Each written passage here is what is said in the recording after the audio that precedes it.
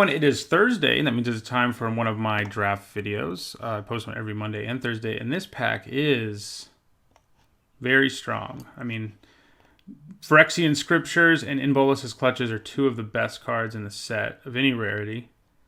I haven't gotten a chance to play with Phyrexian Scriptures or against it so far. I mean, I think it's very strong, and I haven't really seen anybody say otherwise. And I think I kind of want to take it so that I can get the opportunity to play with a mythic that I may never get the opportunity to play again. I mean, in Bolas's Clutches, it's close. I mean, but, you know, this is a board. This is sort of like a Dune Blast with a Suspend 1, you know, and that is strong. In Bolas's Clutches is good, too. It's mind control, right? So it's really good. But I think we take the Scriptures here. Might even be worth something, but I don't think that it is. Okay. So we have a Tatyova. Weird thing about Tatyova is, I mean, she's obviously incredibly good. I think every single time I've ever had her, I went 0-2. So it's just been bad luck with her. But, you know, or the rest of the deck was bad or whatever. It wasn't her fault. Since I first picked a black card, I'm not sure how much I really want to take Tatyova, especially because it's a really strong black card. I think I'd maybe rather take Blessed Light, just a nice little removal spell. Elfheim Druid's fine, but Blessed Light's better than everything in this pack that's not Tatyova. So yeah, we'll take the light.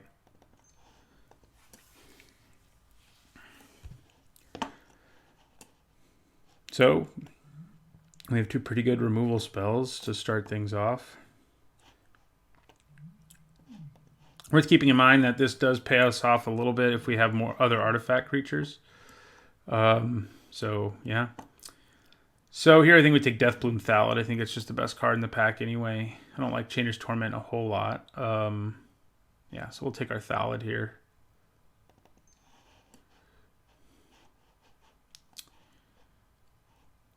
So yeah, if we can pick up like a Howling Golem or what else is there? There's some things. Yeah, I don't know. There are artifact creatures out there that we wouldn't mind having. You know, like Aether Glider. I mean, it's not great, but I don't think it's what I want to take here either.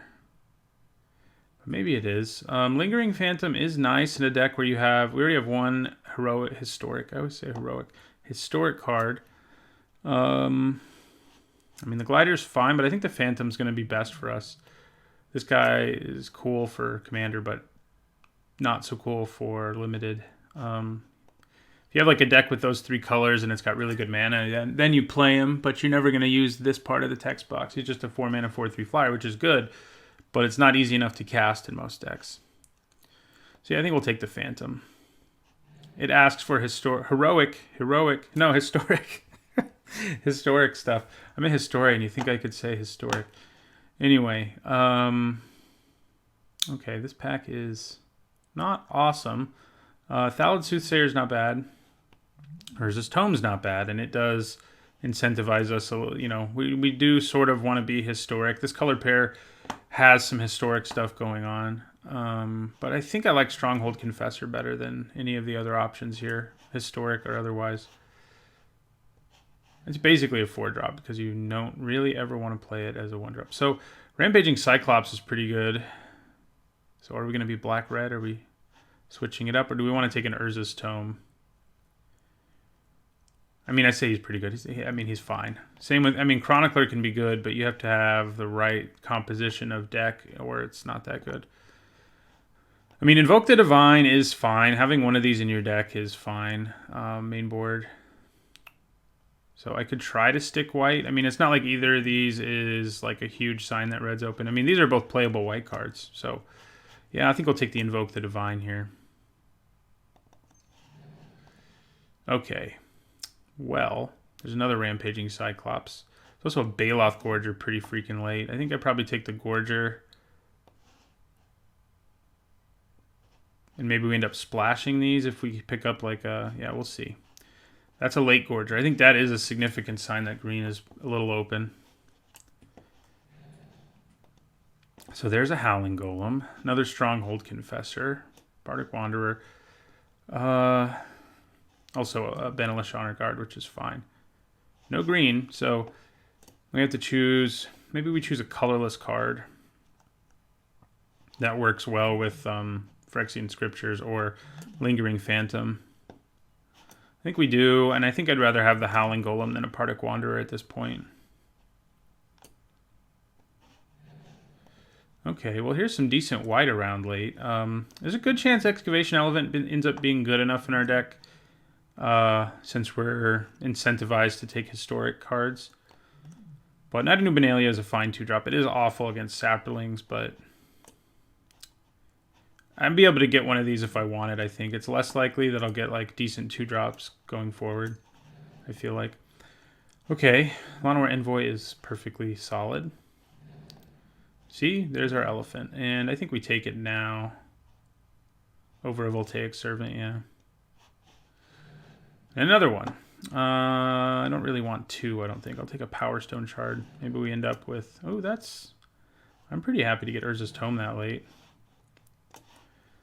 So, yeah, either white or green. We have 3 historic cards, so that's good news for Lingering Phantom. 2 of them are artifacts, which is good news for our elephant.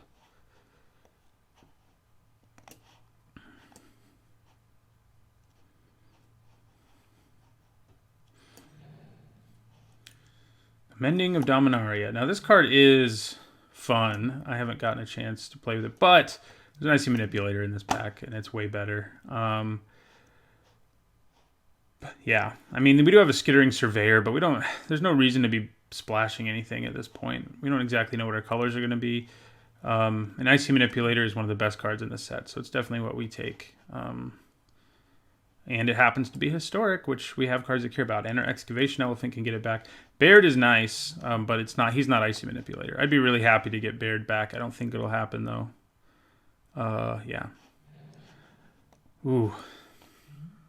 Haven't gotten to play with her. And I don't think I'm going to get to here. So, there's another Gorger. There's also a Sanctum Spirit, a Gideon's Reproach, and a Pegasus Courser. So we're taking a white card here, I think. Cabal Paladin can be good, but you can get him late if you want him, sort of like the Excavation Elephant, you know. If we end up with like 10 historic cards, then by all means play him, but I don't know that we will.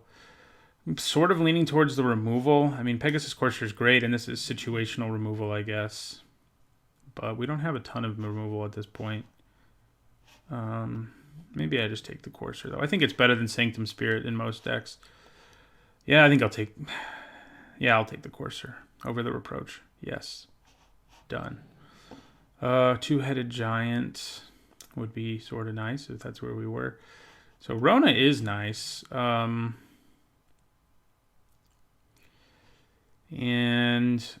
maybe I take her and maybe I pick up a Surveyor or something and can splash her. You know, our other options are Cabal Paladin and Thallid Soothsayer, basically. We don't really... I mean, a second Invoke the Divine would be nice for our sideboard, but... there's no guarantee either of these make the cut, just like there isn't a guarantee she makes it. I guess they're more likely, but I think I'll take Rona. If we can pick up some Surveyors. Ooh, I haven't gotten to play with this, and it will be good in our deck. Probably, anyway. We need to have artifacts in our graveyard, so I guess we don't have a good way of getting them there, but we do have a lot of historic, so she'll be good even if we can't do that. Fungal Infection is nice, but I think the Daring Archaeologist is better. It's another rare I haven't had a chance to play with, too, so... Or against. Just haven't seen it. Okay, so I do like Soul Salvage. We are white. We could think about Benalish Marshal. It does put some strains on our mana, but it is quite strong.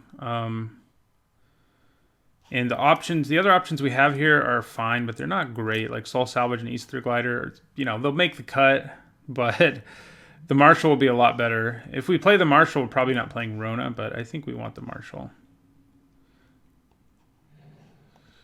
Okay, Sarah Disciple. So Guardians of Koilos is something we can use with you know, like if you have a ton of mana, you can untap your manipulator and use it again. It's also a creature, so ending up in the graveyard is more likely for our archaeologist. Yeah, green doesn't look open anymore. I do like Guardians of Koilos, but maybe I just take a Serra Disciple at this point. I think that's probably fine. Yeah. The Mirari Conjecture. This card is really good. What are our other options, though? There's a Gideon's Reproach. I think I kind of have to take it. You know, we're not blue. You know, we were thinking about splashing it. So in some packs this late, I would think about taking it. The Thallid Omnivore is also not bad, but we're light on removal, and I think I'd rather have the Reproach. Yeah, now we'll take a Thallid Omnivore. That'll work. So right now we still only have 4 historic cards. So Dub is a nice thing. Aura, that's the word. Do we not have an Invoke the Divine? Oh, we do. It's just over here because, yeah.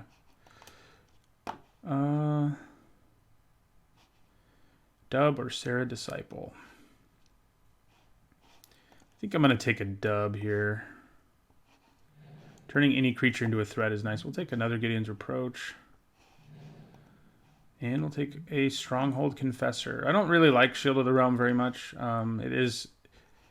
It is something worth considering, given that we have 1, 2, 3, 4. We have several payoffs for playing historic cards. But I'll be happy if we can get to like 7. And right now we're only looking at 4, so that may be asking a lot. We have to get 3 in the last pack. I mean, I think we can do it. Now we'll take a Disciple. Yeah, these are also payoffs for historic stuff. So, okay, well, you're historic. Guess maybe I side you in some weird matchup, but it's mostly useless and limited. Right now I don't actually think the Elephant would make the cut because we don't have artifacts that throw themselves in the graveyard. That's kind of what you need. Wow. So Slimefoot's really good, but we have absolutely no fixing. Growth from the Ashes is good, but I don't think we're green. I think we're deep enough into black and white that we stay here. I mean, our black isn't super stacked, but Phyrexian Scriptures is enough of a reason to stay in it, I think. Wizard's Lightning is really strong. Probably just take the Trapper. It's not the, you know, if this were pack 1, pick 1, I'd take Slimefoot. Well, I might actually take Wizard's Lightning. It's a strong pack for pack 1, pick 1. Yeah, we'll take the Trapper. Okay. Knight of Grace is one of the best 2-drops around. This is historic, but it's just so much worse. I don't really see myself, you know, a lot of our cards are good even if we just have a few historic cards, right? So I don't think we need to push it really hard or anything. I think we take the Knight here. Yeah. Okay, there's a Baird who is historic. Also a Jousting Lance, but I think Baird is better.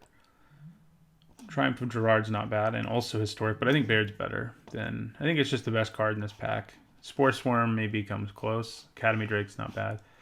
But yeah, I think we take this. I mean, there's something to be said for taking artifacts because we have a few cards that explicitly care about artifacts, not just any historic, but Baird's really good. So, ooh, that's a late Seal Away. Should we just turn into a mono white deck? Kind of looking like we could, and it would make our Benelish Marshal a lot better.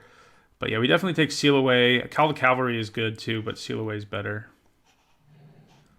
Okay, Quende, also historic. Yeah, I think we take it over a Trapper. We have Dub, and we have Knight of Grace. That's all we have that'll gain double strike at this point, but that's not bad. So I think we take him. Urza's Ruinous Blast. I did just pick up 2 legendary creatures, but I still don't think we go any deeper. So how many historic spells do we have now? 1, 2, 3, 4, 5. We have 6. Not enough for Paladin yet, but maybe we pick up our 7th here. I think we do. Gilded Lotus. We don't have anything to ramp into. We don't have any real mana sinks. So I don't think we take it. It is good, obviously enough.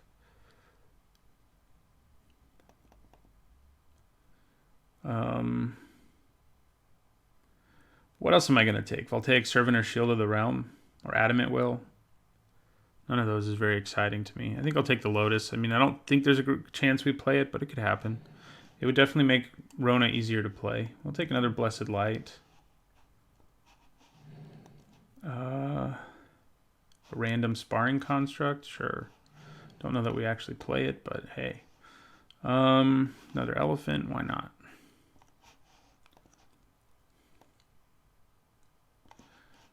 So, I mean, like, Howling Golem can die, and then we can get it back with Archaeologist. Same with the Glider.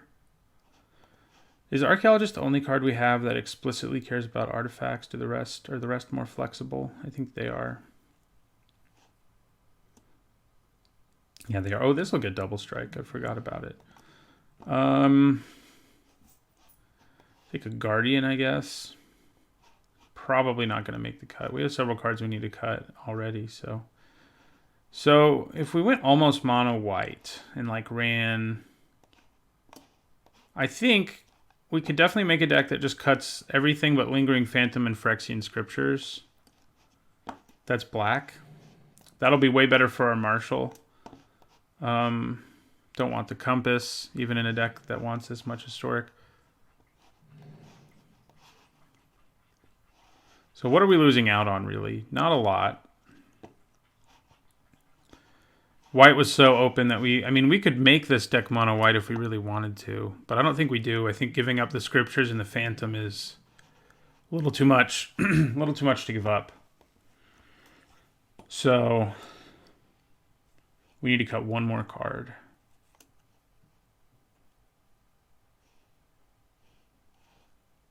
I mean, cutting the Phantom wouldn't be the worst. But it might just be Guardians of Koilos. That might be the worst card in our deck. It doesn't do a whole lot with Phyrexian Scriptures. Like sometimes, I mean, I guess it does. I guess I can, after Chapter 2, play the Guardians of Koilos, bounce Phyrexian Scriptures, and then replay it. I guess that's pretty attractive. We don't have anything else that good to do with it. I mean, we could get Auras off of Quende and Baird, but that's not that exciting. So I don't think we play the Lotus. I mean, obviously it would make it easier to cast Benelish Marshal too. Yeah, we just need to cut something. I think I was considering Sarah Disciple, and maybe I still should, but Quende does make them a lot better. Like basically a 4/4 when we play a spell, and we also have Benelish Marshal who can pump them, and they're definitely good when they get pumped. So I think maybe we leave it.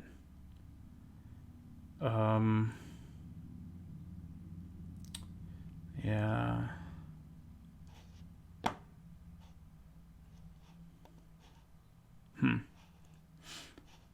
What to do? Could it be the Phantom?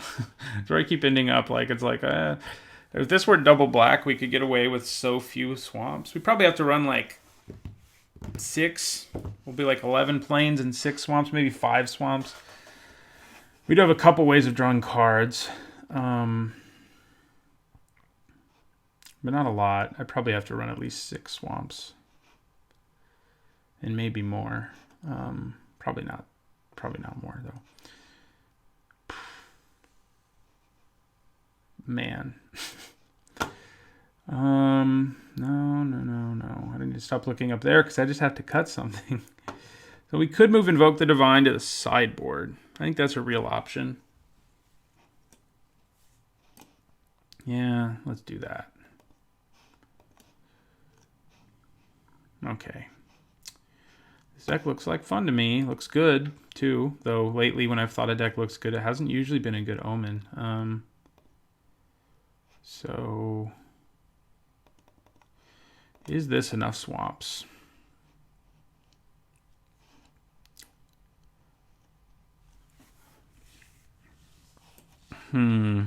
So Howling Golem and Urza's Tome can help us find the second swamp. I think 6 is probably enough, though. I mean, the double splash is a little scary. I mean, the double black is a little scary.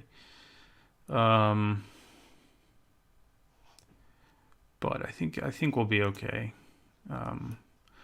It's not something you usually want to play super early anyway. It's like a late game play that just pulls you ahead in most cases. I mean, sometimes you do want to play it early, and if we can't, that'll be frustrating. But I think our deck is so white that we need to have at least 10 planes, and I think 11's even better. So I think this is it. I'll see you guys in the first match. All right, game 1. I actually drafted this deck like a week ago. Then I went out of town. Now I'm playing it. I almost considered going to mono white when I looked at it again, but I think black white's right just because we have such a powerful black card. Not this one, our other one. So our deck has a lot of 2-drops, and this hand has none of them.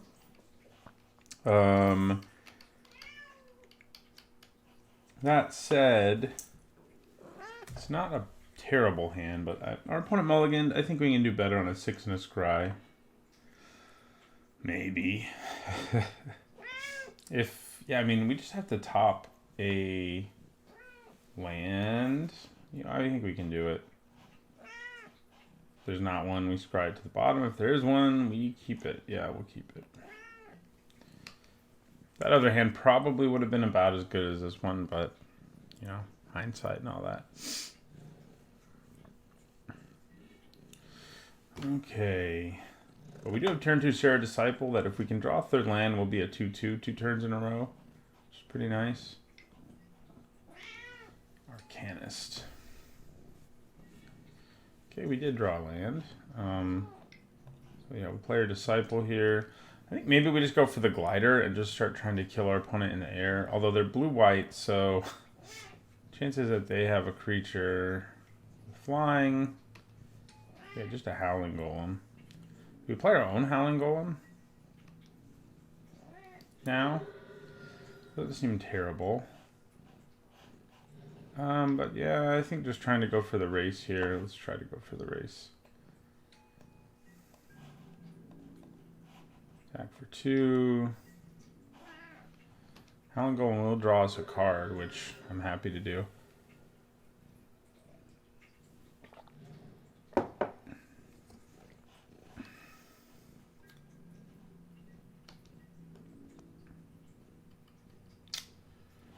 Okay, so yeah, we take 3. Ooh. If we can hit a 4th land, that means we can attack for 6 in the air this turn. They play their Quende too. We do, and I think that's just what we do here is we go like this. Attack for 6. Let's have Dub. So we can, if Quende's still alive, and we put Dub on Aether Glider, that could be pretty sweet. We can also put it on the Disciple.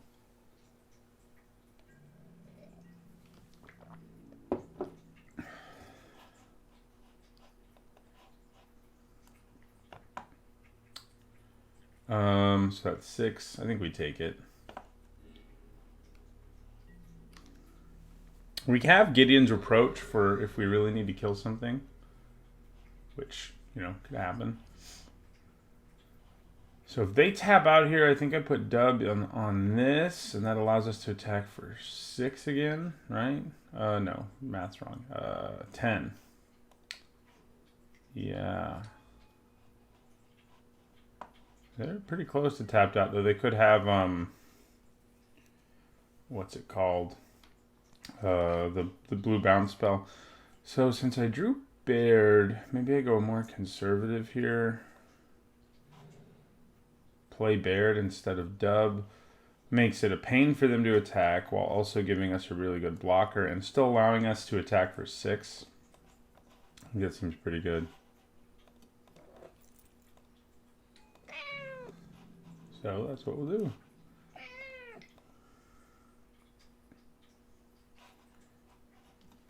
Could have blink of an eye. That's what it's called.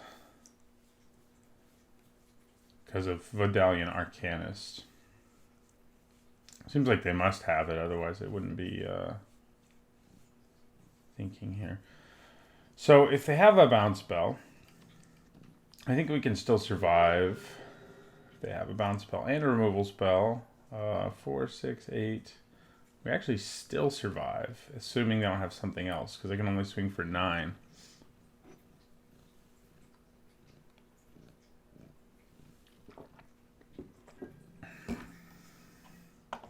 Yeah, attacking is a huge pain in the ass for them. Yeah, they'll pay 1.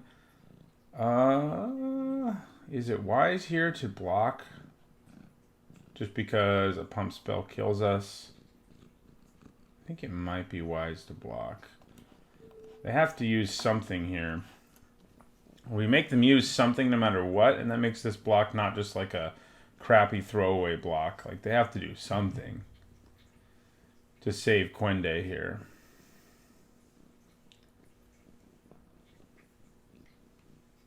And they will, but yeah, it's befuddle. Okay, that is a little crappy because it replaces itself, but we're still in really good shape here.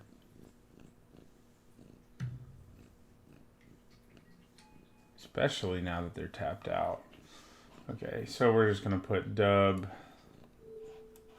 on Ether Glider, and that should be lethal.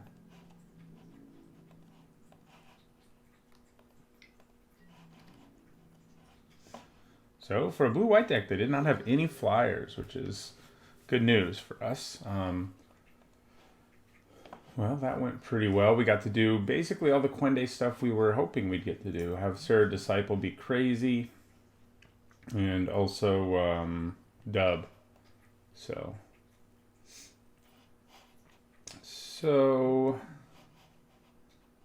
invoke the divine. I wonder if maybe it's, you know, when you go a week after drafting your deck, sometimes you're like, should I be running Invoke the Divine instead of Lingering Phantom? I don't know, maybe.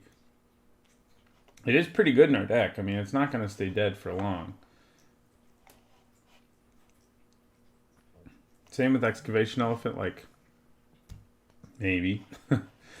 If we did that, we could probably cut to 6 swamps, but I think this is good. Like I said, I did look at a mono white deck before I started recording again. Like, our mana would have been awesome, but I just think Phyrexian Scriptures is too good not to play.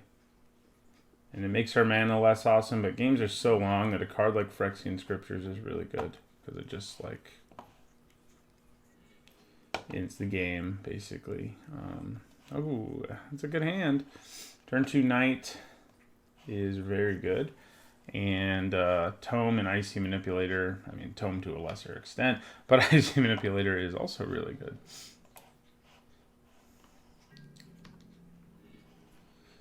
Okay, well, we have our mana for our awesome saga, which isn't always going to happen, so that's nice. See if they have an annoying counterspell here. If they do, should I try to play around it? Nah, I don't think so. Let's just let them syncopate me if they can. They can't.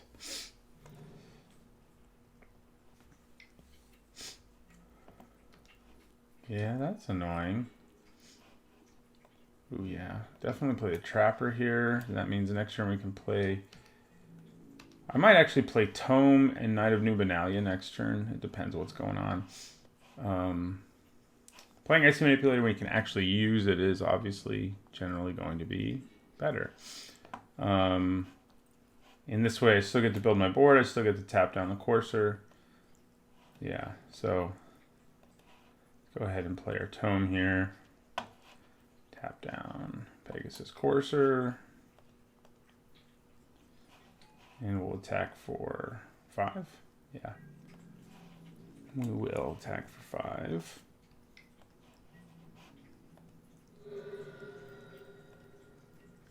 See, playing the Manipulator here wouldn't make as much of a difference immediately anyway, since we wouldn't be able to use it. Does that get syncopated? Wizard Retorted. Okay.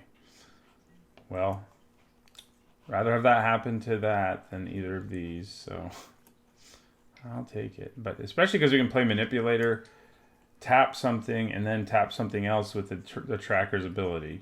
Now, Cloud Raider Sphinx is not something I'm excited to see. Yeah, they're going aggressive, which works for me. No, come on. Fine. Okay, so I think we do player manipulator here and use it to tap the Sphinx. Use the trigger to tap the Sphinx, I should say, to be as specific as possible. Now the question is, do I try to go really aggressive here and bash for 5 by tapping this guy? I think I do. Drop them to 10. This does mean we take 4 on the backswing, but we have manipulator, so it's not too bad. Until they blow it up or something. Okay, yeah, bouncing a creature is annoying. I will give you that. Yeah, we didn't see any flyers in the last game, and now this deck is looking more like the flyers deck we were sort of expecting to see. So I could play the Phantom to make this bigger, but I think if we can help it, we'd like to leave mana up for our manipulator here. So I think I play the Disciple and I play the Tracker again, Trapper, whatever it is. And yeah, so we leave mana up to tap this down. So yeah, they can hit us pretty hard though. These basically all have flying, and the only flyer we have right now is a 1/1. So, you know,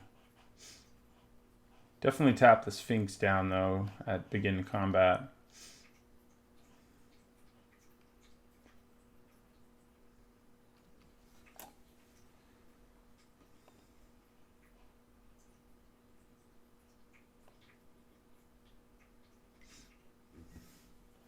Deep freeze, okay.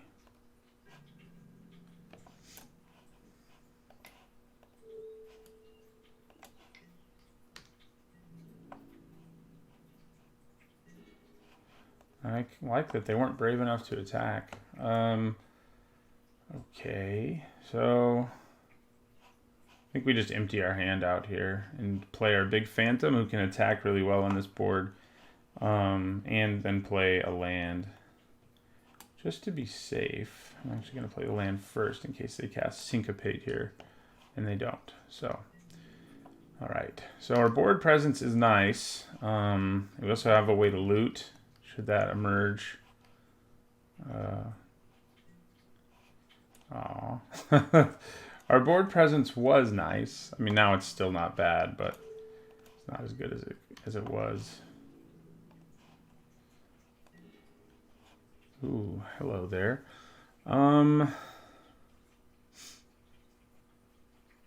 Yeah, I think we just put dub on Sarah Disciple.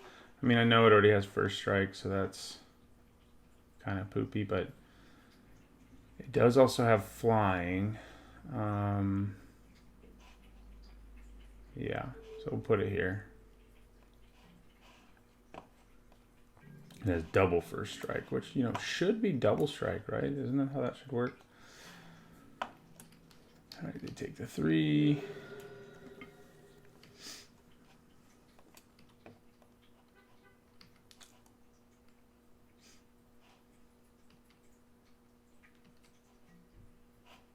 Canist.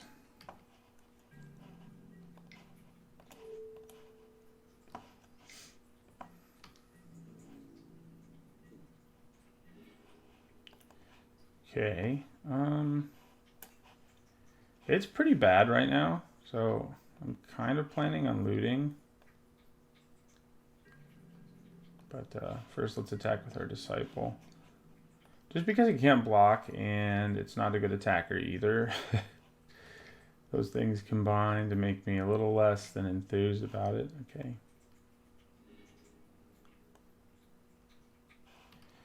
No reason to tap anything in response to that. I mean, yeah, they can block it, but they can't kill my guy. So And I wouldn't have gotten in for any damage anyway. So let's just go ahead and do this now. Wow, that is kind of a gross combo. The question is whether or not I'm willing to do it this turn and open myself up to the damage I'm gonna take. But I think I am. We're at a high enough life total. Yeah, we'll play this Archaeologist. Get back the glider. So it's like we never discarded anything. Yes. And yeah, so we can't use our manipulator this turn. So our opponent could theoretically attack us for 7, but it's a little risky for them to do.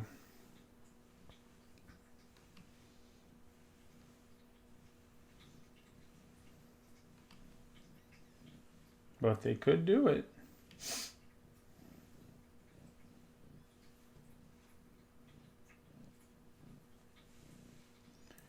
So the Archaeologist will be at least a 4/4 on our turn, and we'll get to tap something with the Trapper, and then we can tap something with the Manipulator. That's why it's kind of dangerous for them to attack right now.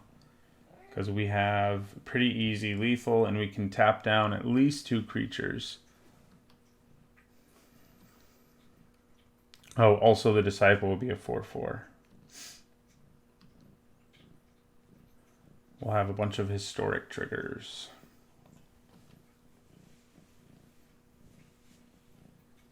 Yeah, now playing the glider is definitely worth it because of all the different triggers I can get.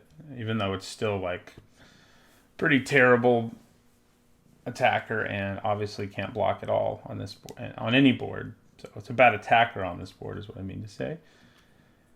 And it's always a terrible blocker because it can't, well, it can't block. So what are they doing here? So I'm a little scared.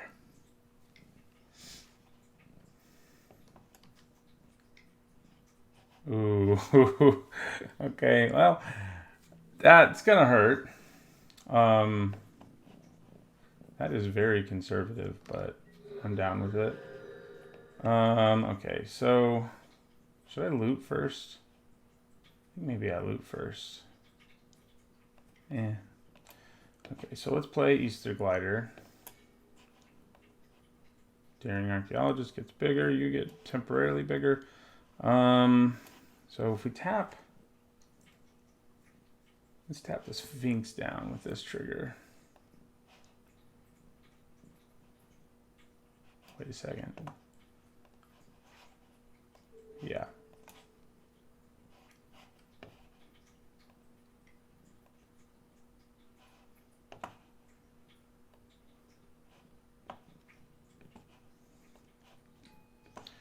So I can now tap down something, but I think maybe I just attack with the Disciple here. Let's go ahead and loot.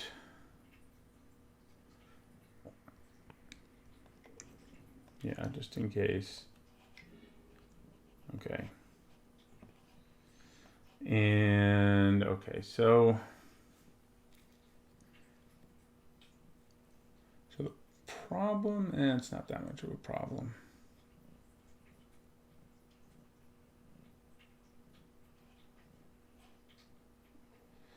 Like I could tap this down. I don't actually need to though, right? Like, no. No, I do not. Okay. We'll attack with the Disciple here. All right. Drops them to 5. And we'll hold on to this to loot.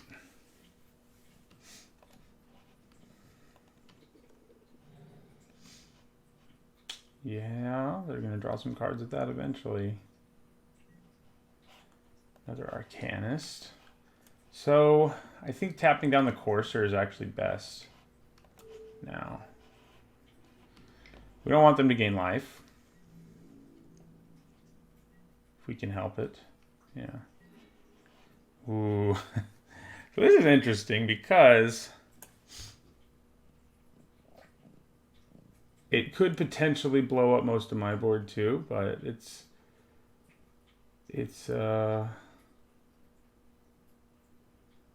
yeah. So I play the Phyrexian Scriptures. I probably put the counter on Sarah Disciple because of the evasion. It becomes a 4/5/5 this turn on its own, actually. So that's probably just lethal. They do have one card in their hand. This also becomes a 5/5. We also get to tap something. Let's do it.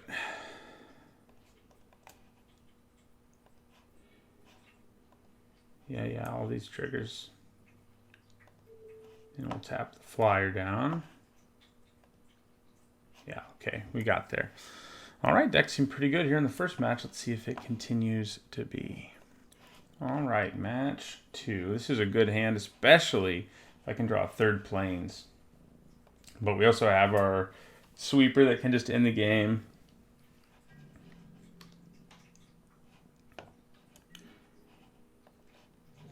So we definitely want to play all of our planes here in case we draw planes on turn 3 and can just play our marshal. Ramping time, apparently. Okay, we did draw both. We could still draw planes, but we did draw 2 swamps, which means Phyrexian Scriptures will be online, and obviously it's an incredible reset button should we need it, especially because it doesn't usually, it's not going to reset my board quite as hard as it will reset our opponents. Valid Omnivore. Hey, look, it's a 3/2 now. Wow. That's kind of weird, all things considered. Just because we have we don't have that few. We have 7, which I think is the right thing to do. I think we attack with our knight here and play Howling Golem. I guess we could just play the glider because we know it can go over our opponent a little more effectively.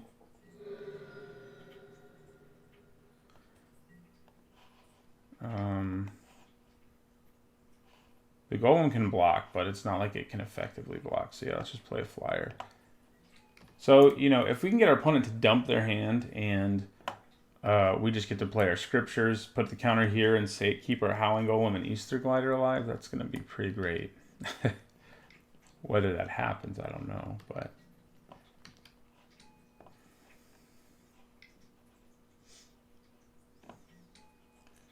Okay, Spore Crown Thallid makes life a little more painful.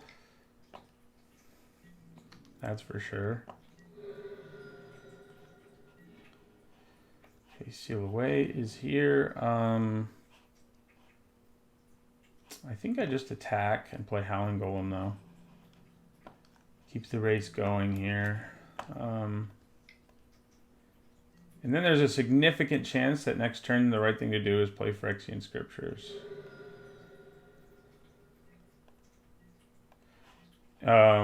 Yeah. You know, we do have to wait a turn and all that, and it can get ugly, but, you know, they only have one good attack right now. Granted, it can be a very painful one if they want it to be, especially because we didn't leave up Seal Away mana.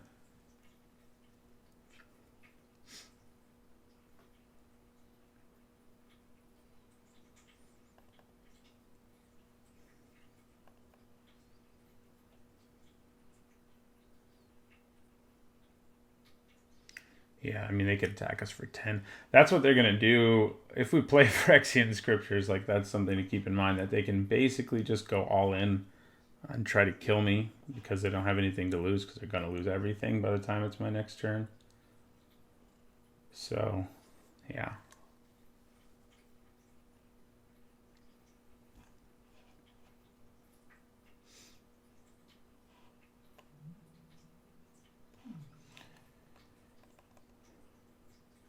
We've been kind of lucky they're stuck on as few mana as they have been, but it's not like they haven't been using all their mana and playing stuff. Though right now, like, you know, this isn't an especially scary card. It usually isn't. These two together is annoying. So, but yeah, it's going to be very tempting Especially if they like dump their hand here, for me to just play Phyrexian Scriptures, make this a 4/3 and an artifact, attack with the glider, and leave everything else back and just wait. Especially, oh no, never mind. I only have 5 mana. Like if they go nuts with saprolings here or something. And they don't quite go nuts, but that's still kind of a problem. Oh god. Yeah. So do we just take it? I think I'm just going to take it. He could sack 2 saprolings to it right here. No, they're not going to. Okay. So I think we play the Scriptures. We can survive an attack from them.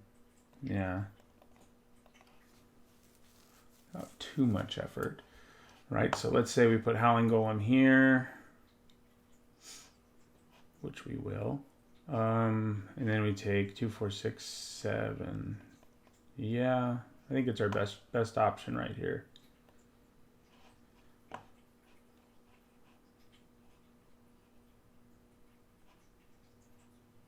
May as well attack with our glider because it can do crap as it often can't. We're going to lose our golem anyway, but our glider and our knight will, because we're going to have to block with our golem here. And I may even have to block with the Knight of Grace. That's why I'm not attacking with it or anything. But yeah, we may as well attack with our glider and drop them to 10 because he can't do anything. Yay.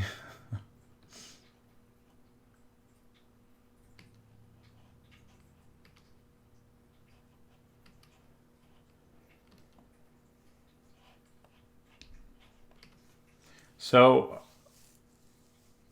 yeah, I mean, it's a little scary right now.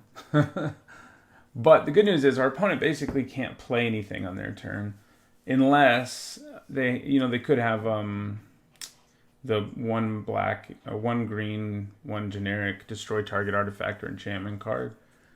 If they have that, then we're dead.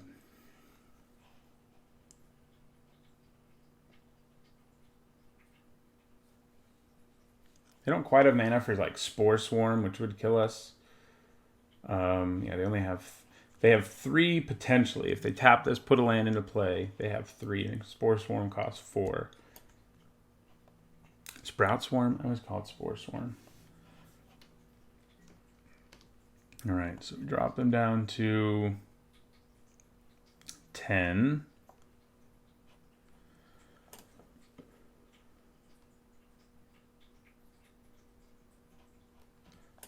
Howling Golem will be blocking Thallid Omnivore and drawing us both a card. And then on our turn, everything over there will blow up and we'll still have Knight of Grace and Easter Glider. So it appears. It is kind of funny we drew 3 swamps before 3 plains, but you know, if we can get a follow-up play, like we blow up their board and then we draw the plains for Benelish Marshal, it's gonna be good stuff. That will be some good stuff. Oh, crap. What do they have?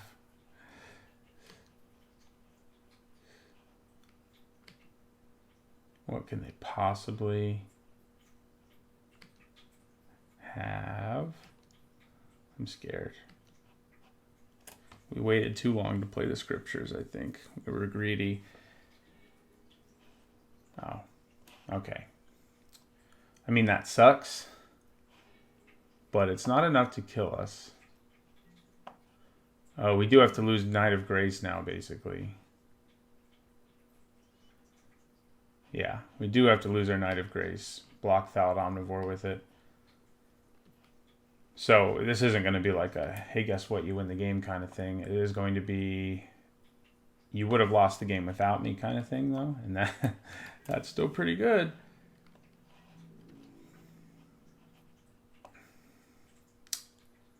So, 6, 8, 10, 12. Yeah, they can hit me for 12 exactly. So we're going to go ahead. We have to block him and take 6.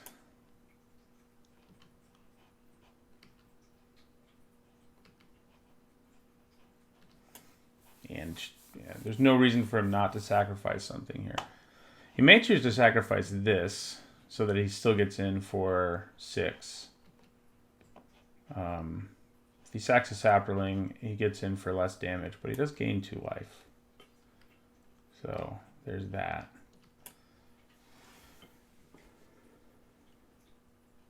Yeah. Yeah. Oh, yeah. They're doing what I kind of expected. Sucks they had the removal for the golem too, though, because then we could hold on to a 4/3. Instead, we're not holding on to anything. I mean, we are. Sorry, Easter Glider.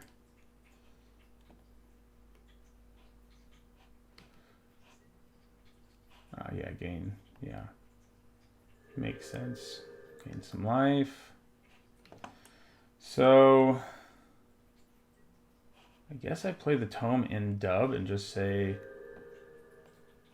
let's go racing. They did just gain a crap ton of life, so racing isn't exactly easy. This, yeah, exiles all their stuff from their graveyard. But yeah, I think we just do this and put them on a much quicker clock. We have Seal Away ready to go to kill a problem creature. We have Urza's Tome to help us dig out of this. And we have Benelish Marshal to give us a decent body and make this even bigger.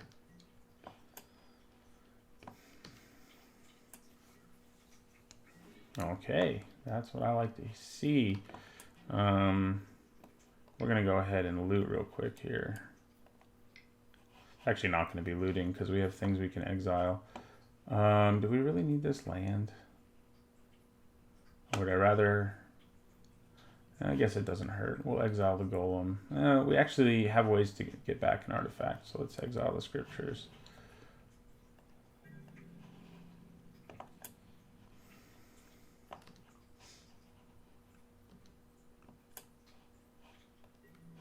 Attack for 4 more.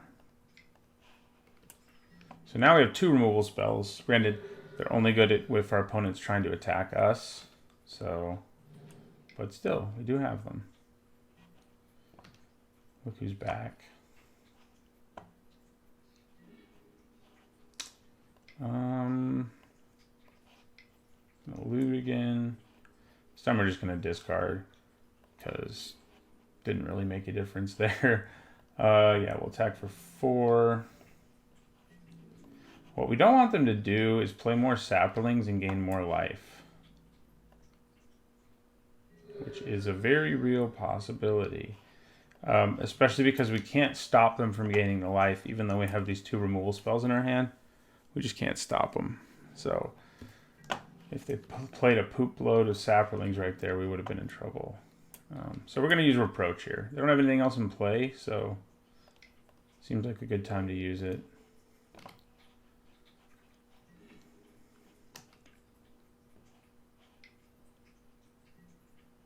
Mammoth Spider. Now I really need this Benelish Marshal to be able to be played. Aha! Perfect timing, my friend. So, Marshal, they have to block the glider, and their guy will die when they do. I'm going to hold off on looting, even though I can. I won't even be looting, actually, really, because maybe I just do it now. Now we'll hold off on it. We'll wait till the end of their turn at least.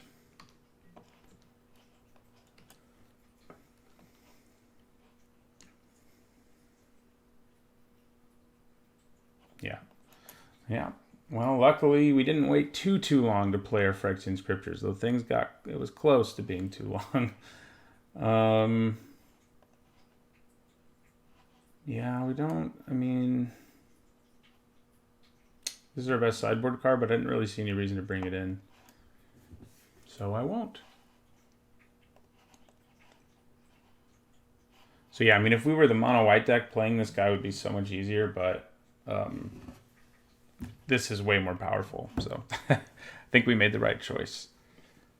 And it combos decently with our deck. We've actually been kind of lucky. We've always had other artifact creatures in play when we've played it, in addition to the one we make into an artifact. So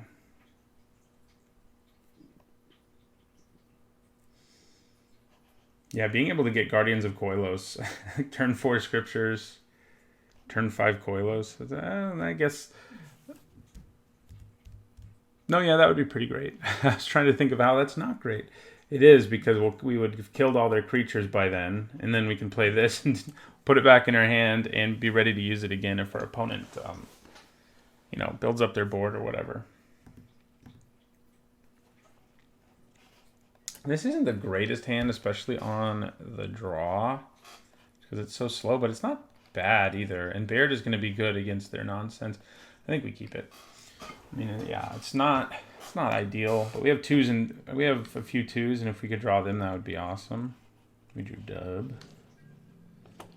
So we may just go Howling Golem Baird, which may not be too bad, but they're maybe about to play a couple saplings, and they are, which could be especially painful if they play Spore Crown Thallid right here.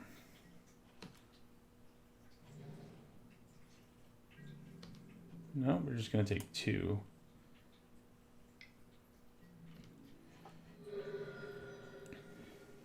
Okay. Don't you love it when you draw your 2-drop on turn 3? Okay, so we're going to go ahead and play Howling Golem. The Disciple's not bad, but I think the Golem's better. They probably sided in some artifact and enchantment hate, which I'm not real pumped about, but that's okay. So yeah, I think we play Baird next. Then probably the Manipulator.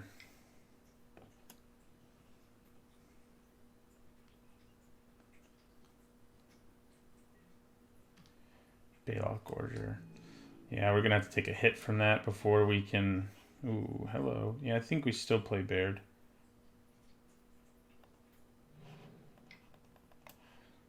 Baird just makes your life more difficult, even when you have a creature who can attack pretty relentlessly. Like, making them tap a land for it is awesome. So I could have played the... next turn I could play the Marshal instead and make this a 3/5, which means it could just block Bailoff Gorger, but I don't think that's what I want to do. I think just playing the Manipulator and shutting down the Gorger is probably best. It sort of depends on what they do, obviously. Pay your 1 mana and we'll take 4.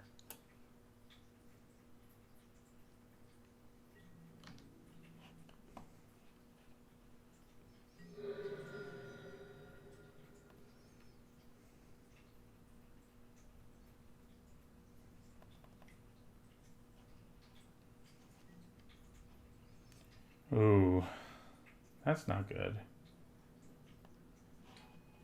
The goodish news, I guess, is that we can tap down the flyer, and we have time to set it up so that Baird will be big enough to block this, and we can just keep tapping down the flyer. So is it better to play the Marshal here, make this a 3/5 and this a 3/4? And also play Sarah Disciple. I actually think that might be best. Yeah, so let's play our Marshal. We can actually attack with Baird here because of what their board looks like, and it has Vigilance, so that's what we're going to do. They'll chump it probably, but we're not losing anything in attacking, and they are. So, I might still take another Gorger to the face this turn. It's definitely on the table, taking another 4 here.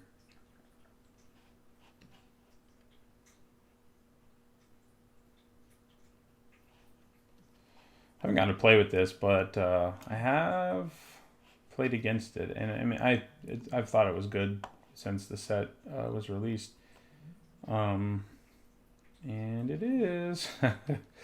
It's definitely better when you can play it on turn 4, but it's still pretty good.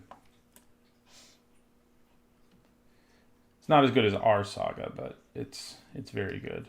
I mean, our saga is basically Dune Blast. Okay, so let us attack with Baird here.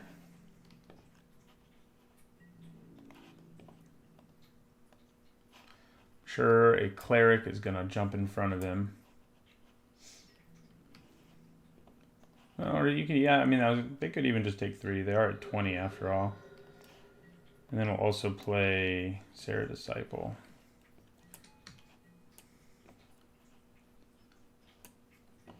Right now, I am leaning towards taking another 4 to the face.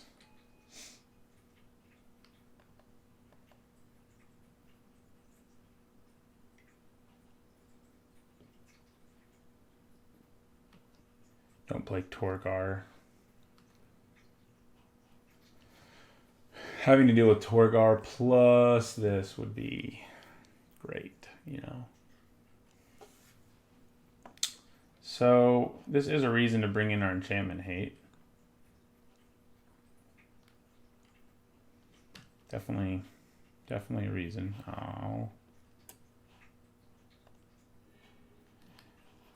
Okay, well now he definitely can attack me without feeling very concerned about it with his Gorger. I could double block it. I mean, getting rid of that Gorger ahead of using Icy Manipulator to lock this down seems like a decent plan. If they have a trick, it's going to hurt so much. But if we double block it, they can only kill one of them. I'm going to double block.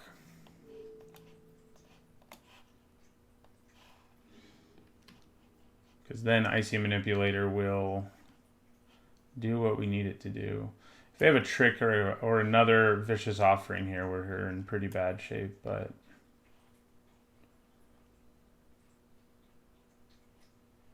I think that's okay.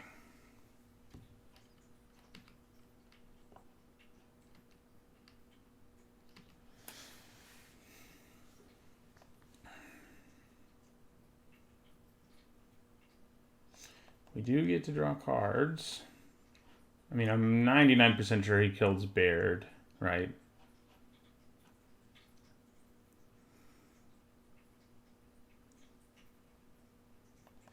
I think that's the right move for them.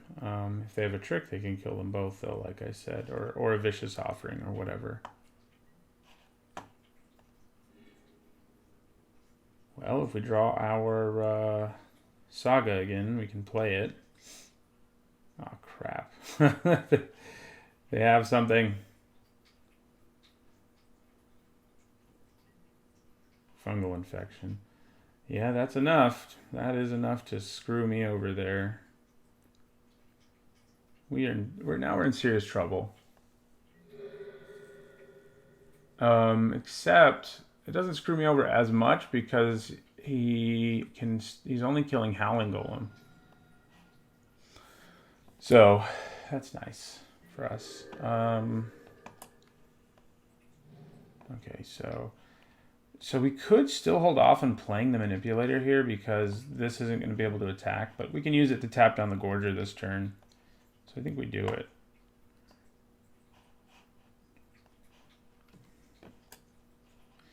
Question is whether I attack with my Sarah Disciple. On this board, it doesn't seem like a terrible plan.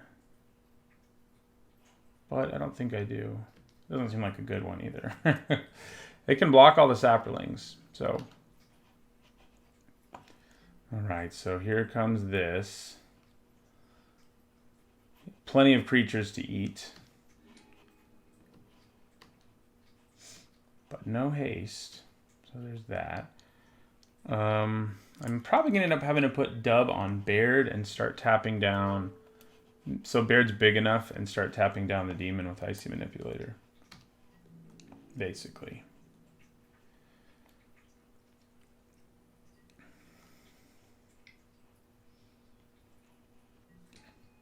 Oh, good. That's what I was hoping I'd see. Yeah, so I think we do what we said. Put Dub here. And play the glider, which doesn't really serve any good purpose, but makes our board look a little more imposing, you know. Yeah, we need a way to kill this omnivore. That's our biggest concern now, because the 4/4 is not a big concern, and we can tap this down. But the omnivore has lots of food, especially because he eats anything, you know, as an omnivore after all.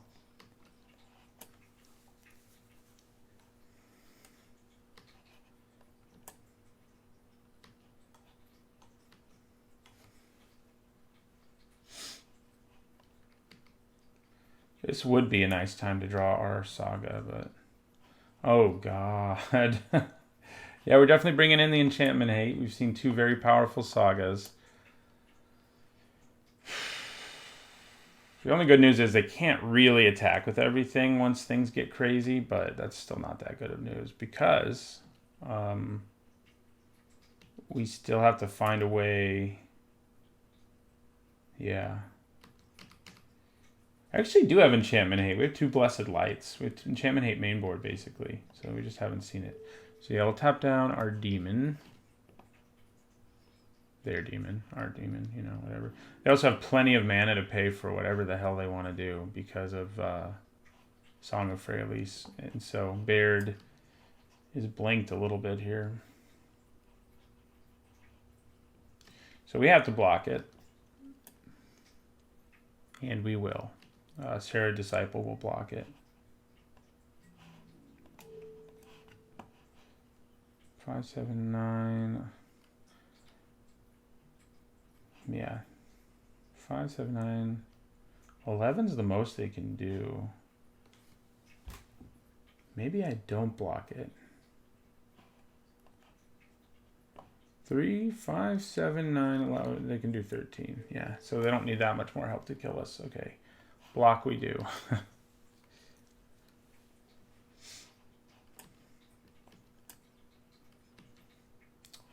So, if we drew Blessed Light, I think we would use it on Song of Freyalise, not on the demon token.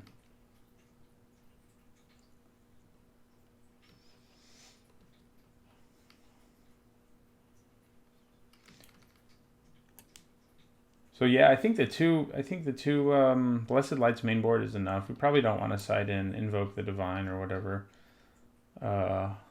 in game 3, if there is a game 3. Right now it's looking like we're going to be on the losing end, but a huge out that we still have is of course our saga. But it's still not that much of an out because they'll all get pumped before our saga goes off and kills them. So, yeah. Oh, God. Ooh, I haven't had the pleasure of having to play against Moldrapa before. That'll be fun. Great. I wonder if they're splashing it just off Song of Freyalise. And a Spore Crown Ballad. We are so dead. I guess we'll make them do it, though. But yeah, we lose this game. We still might have one more turn, but I don't know how much that will matter.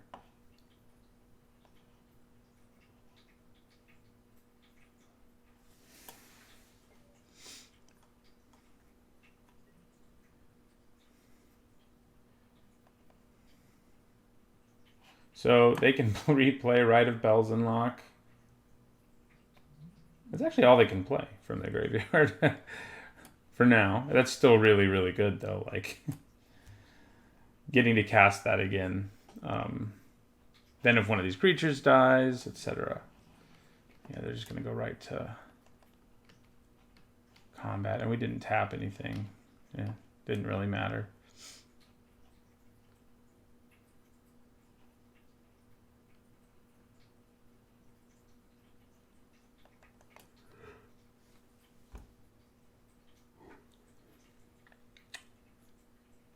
Did not really matter. I mean, we would have tapped the demon, but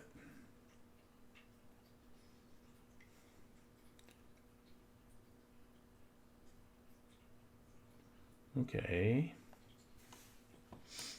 Well, we'll block Valid Omnivore and take 12.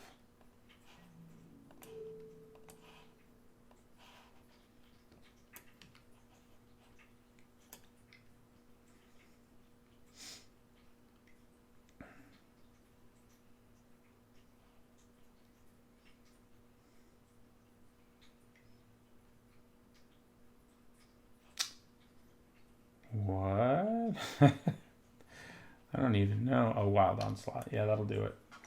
That will kill us. All right, on to game 3. The thing to think about is whether or not we want to bring in Enchantment Hate. Additional Enchantment Hate. We do have 2 of these. I don't think we've seen them at all, which is a little weird.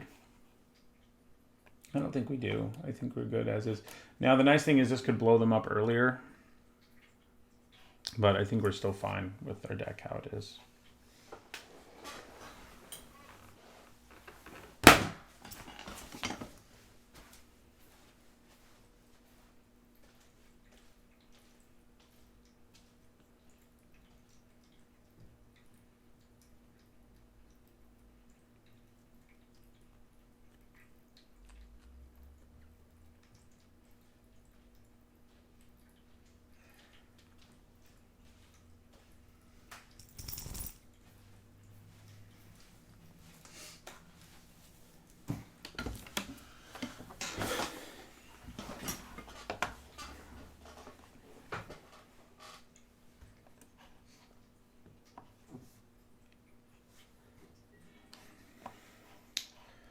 Okay, we would like to play first. Good hand. Ooh, turn 2 Knight of Grace into turn 3 Marshal on the play is really good. This isn't a format that has a lot of strong curve outs. Granted, we didn't play a 1-drop. That would have been better. But we're going to have a pretty good one here. This Phantom does sort of feel like it shouldn't be in our deck. Oh, good. So you can play like your Song of Freyalise even more quickly. That sounds like fun. So much fun.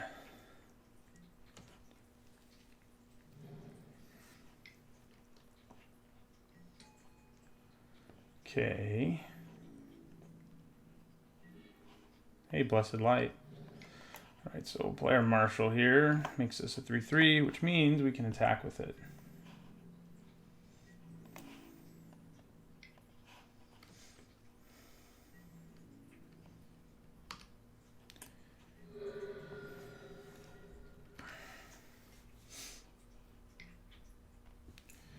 All right, they're going to play the extra land.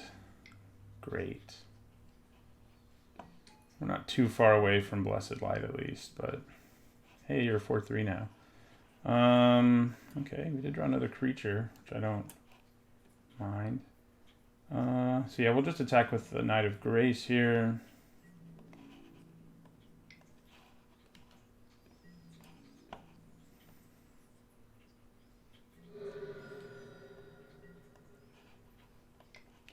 Play a 4/2 Knight of Benalia.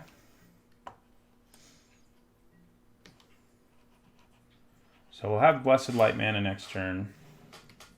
So if they play something really scary, Saga or otherwise, we can kill it.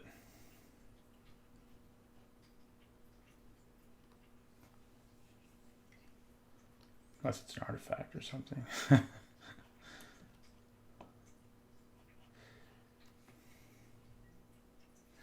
Ugh. Obviously, it's not great against a pile of saprolings.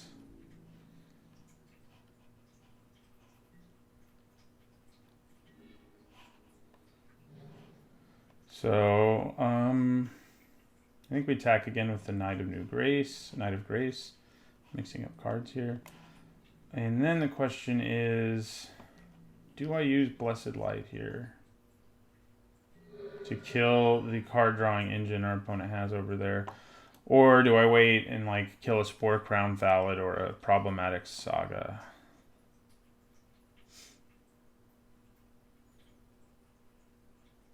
I think we wait. I mean, the Soothsayer is a problem, but we know our opponent has way more problematic things. So they have that card that they can kick, and they have the one that pumps their whole team, and they have plenty of mana to do it. If they attack with everything, I think we have to assume that's their plan. They did not attack with everything. Interesting. Do I fire off Blessed Light on Thallid Soothsayer? Let's do it. So if they want to draw cards, they have to do it now. So what they were planning on doing is blocking and sacrificing and drawing cards. No, they don't. We don't give them that option. Not exactly. Anyway, they have to do it now. Yeah. And thinning out their board. You know, obviously drawing a card is great for them, but thinning out their board before our turn and not being able to block and draw cards off of it lets us attack more aggressively.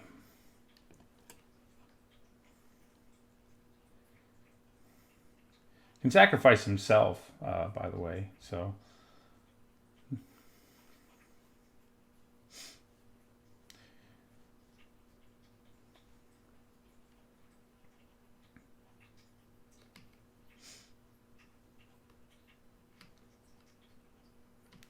if we draw a land, I think we play the Phantom, since it's so sizable right now.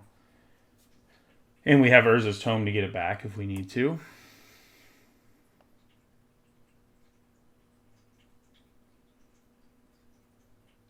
I wish I had a way to pump all my knights right now. You're all knights, aren't you? Thought the Marshal might be a soldier.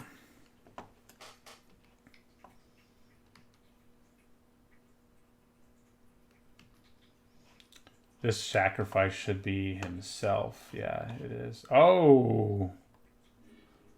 Okay. That's not nice.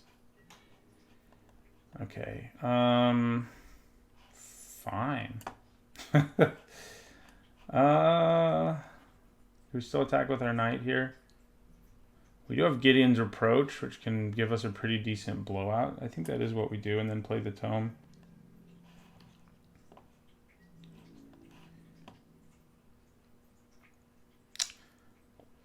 I guess they can still kill it is the problem, even with Reproach.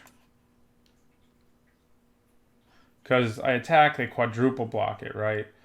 No, never mind, they can't. Because then I use Reproach on this, first strike damage those. Yeah, so let's attack.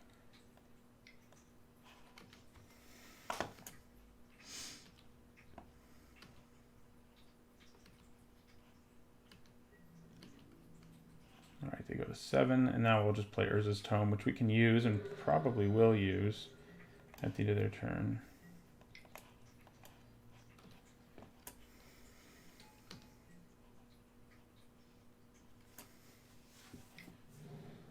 Oh, God. They are using this pretty effectively. I mean, it's kind of a mediocre card, but if you have like 1,000,000 lands, it's to be pretty good.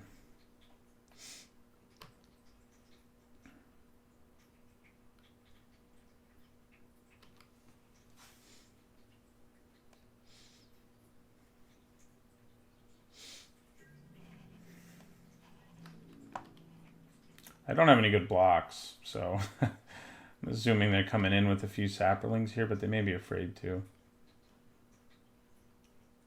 Just one saproling? I'm happy for you to attack with just one saproling, I think.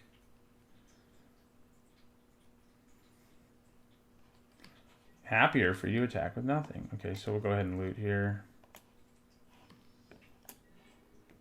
And so this land does enable us to play our Phantom. But I think we'd rather hold on to the Phantom and Gideon's Reproach than this land. Okay, another Blessed Light is basically what it dug us to. Now we can't really attack, so we won't. But we do have 2 removal spells.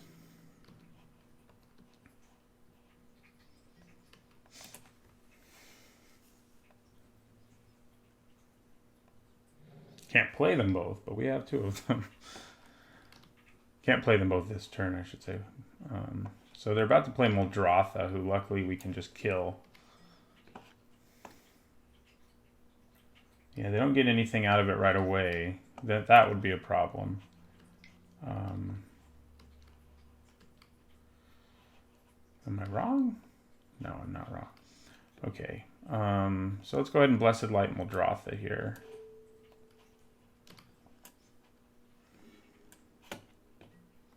Opponent's hand is empty, and we can obviously kill this Thallid if it attacks us. Okay, so we'll play a Disciple. End our turn. We may end up winning this one on a timeout, it looks like. Win's a win.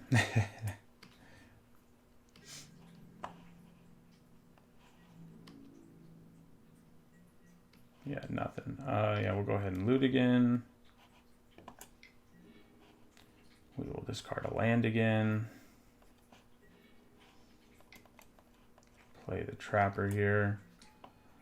And yeah, I think we end our turn.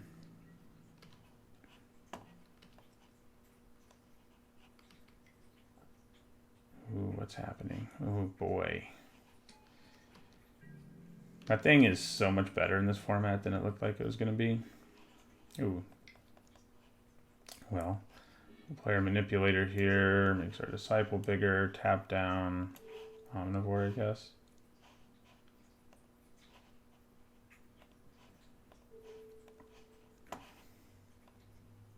Now I think we attack, actually, with our Disciple.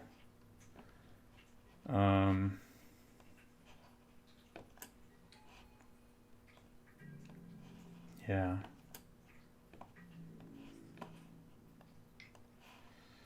Drop them to 5.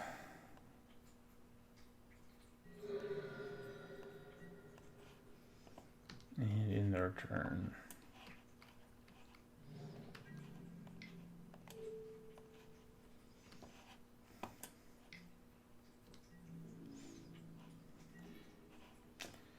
Okay.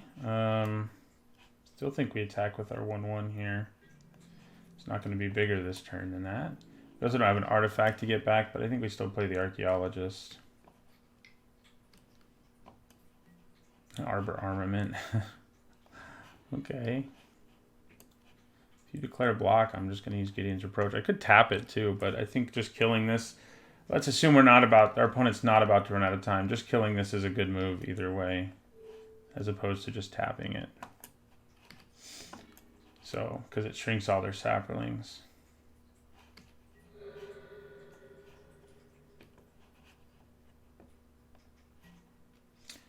And we will end our turn.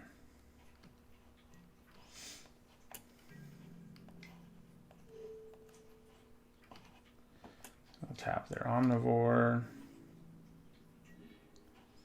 Okay, so we drew the 6th land. So now we... no, we'd still play the Archaeologist because we'd rather leave the mana up.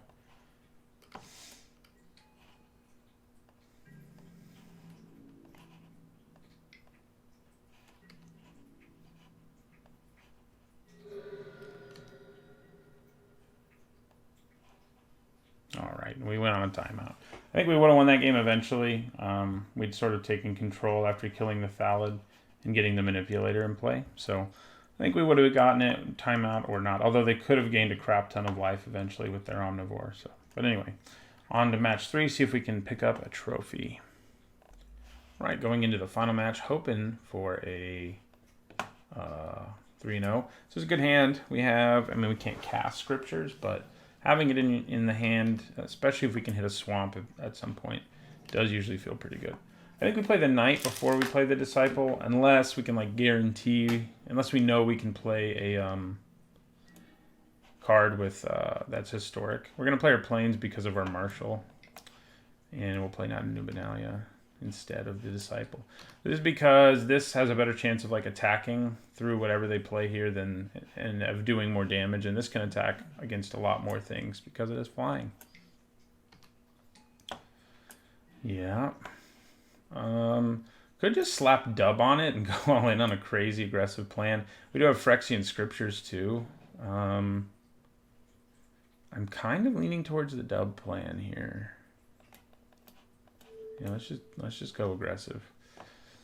A 5-3 with first strike on turn 3 is not a lot of fun to deal with. It can be done though. I mean, if they have Wizard's Lightning, it's gonna hurt.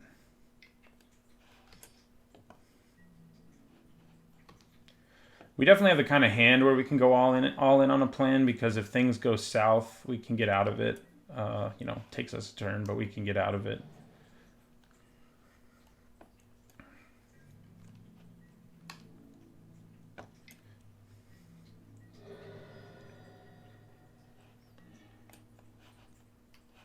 Okay, well, let's attack first with our knight and see what happens.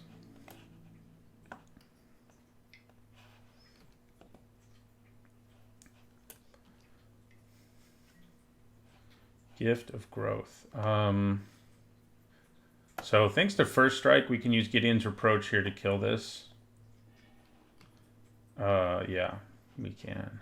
Have to declare the block first, obviously.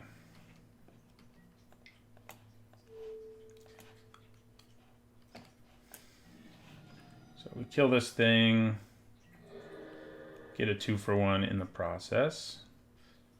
Avoid getting 2-for-1 ourselves. And now, I think we still play the knight, other knight here.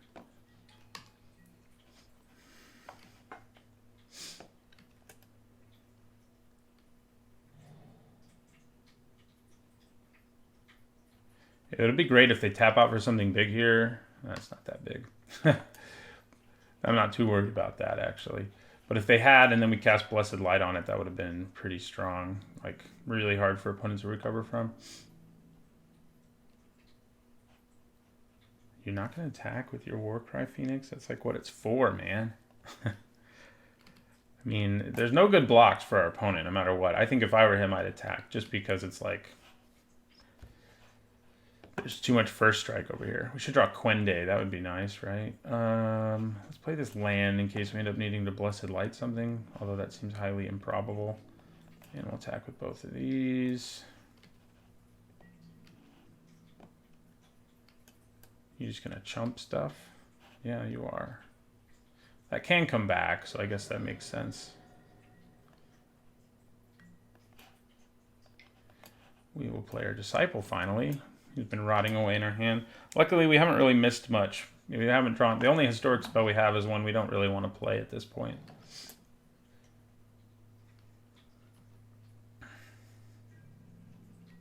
This is another weird game where we've drawn more swamps than plains. Hello. Okay, so... Play the Manipulator here. Makes our Serra Disciple bigger. I could use it to tap, and I guess I do, because we're the aggressors here, so going like this is like way better than most of our other options. Now, they could have another Gift of Growth or something. 5/5 isn't big enough to kill. Yeah, so... Alright, so we get in for 9? Yes.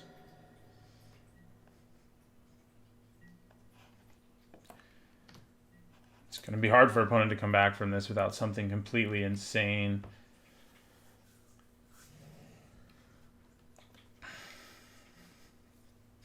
Which that is not.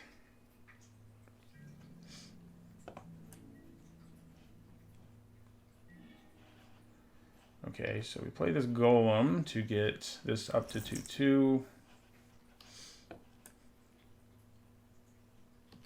Yeah, we got there. Nice quick game there, where we just overwhelmed our opponent with an aggressive start, which we've done a couple times. It's nice. Yet another reason why Lingering Phantom feels a little bit weird, but whatever. I think they can definitely have played something better. Like maybe if I wanted to play black card, Deathbloom Thallid, but it, you know, we're never going to be able to actually play that on turn 3. Although the way things have been going, maybe. But like probably Excavation Elephant has a decent argument to be in instead of the Phantom. The Elephant's not nearly as good when you don't have artifacts that can just throw themselves in the bin, because we don't have any of those. We have creatures, so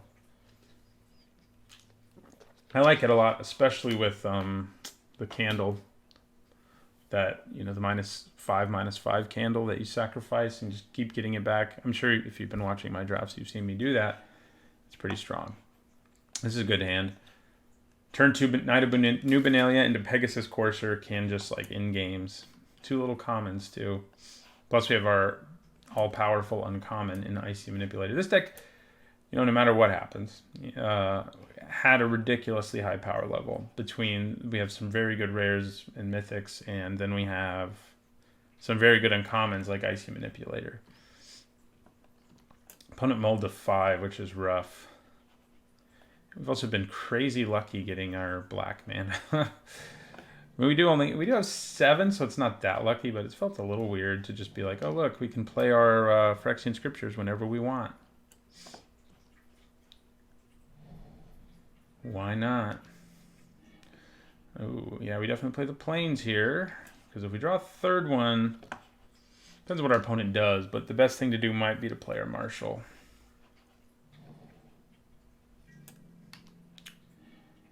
We didn't draw one, so we don't even have to think about it. So we will attack with our Knight here.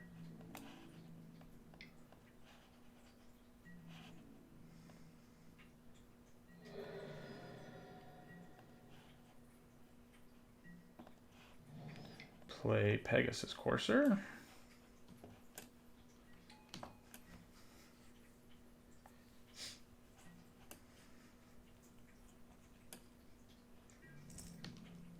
They're stuck on just red, which is not great for them. The kind of good news for them, we can't really put any more pressure on them.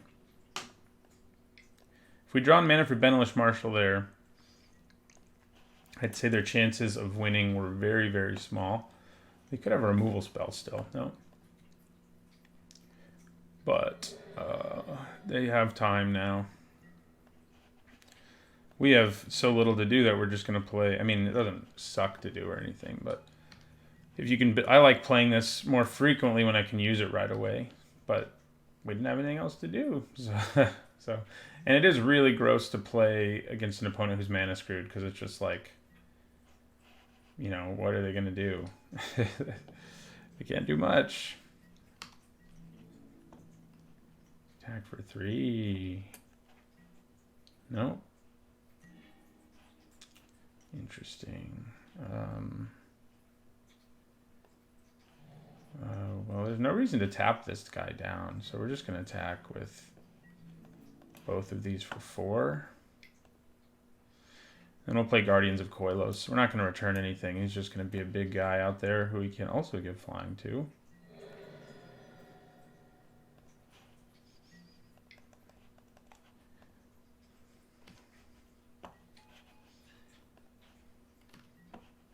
No. Yeah, we have almost nothing worth doing with our Guardian. We're running it because we have several cards that care about Historic and because it does do something with our Phyrexian Scriptures. But it doesn't look like we're going to get to pull that off. Okay. Cyclops is rampaging. We have 4, 7, 8 damage.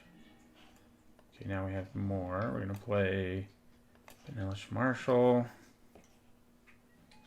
We're going to tap this.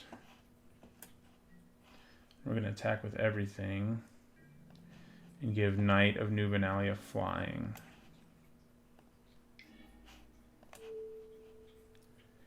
I want to give it flying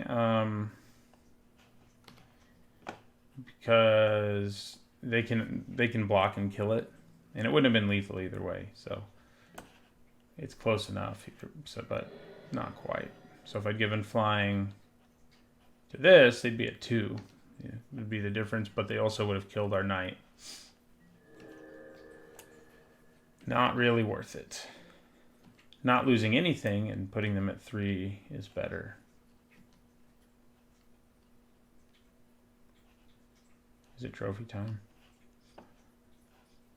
I think it is. Yep. We got there. All right. Well, took me a while. There was sort of a slump between trophies, but we got the 4th one now. And yeah, I'll be back on Thursday with another draft video.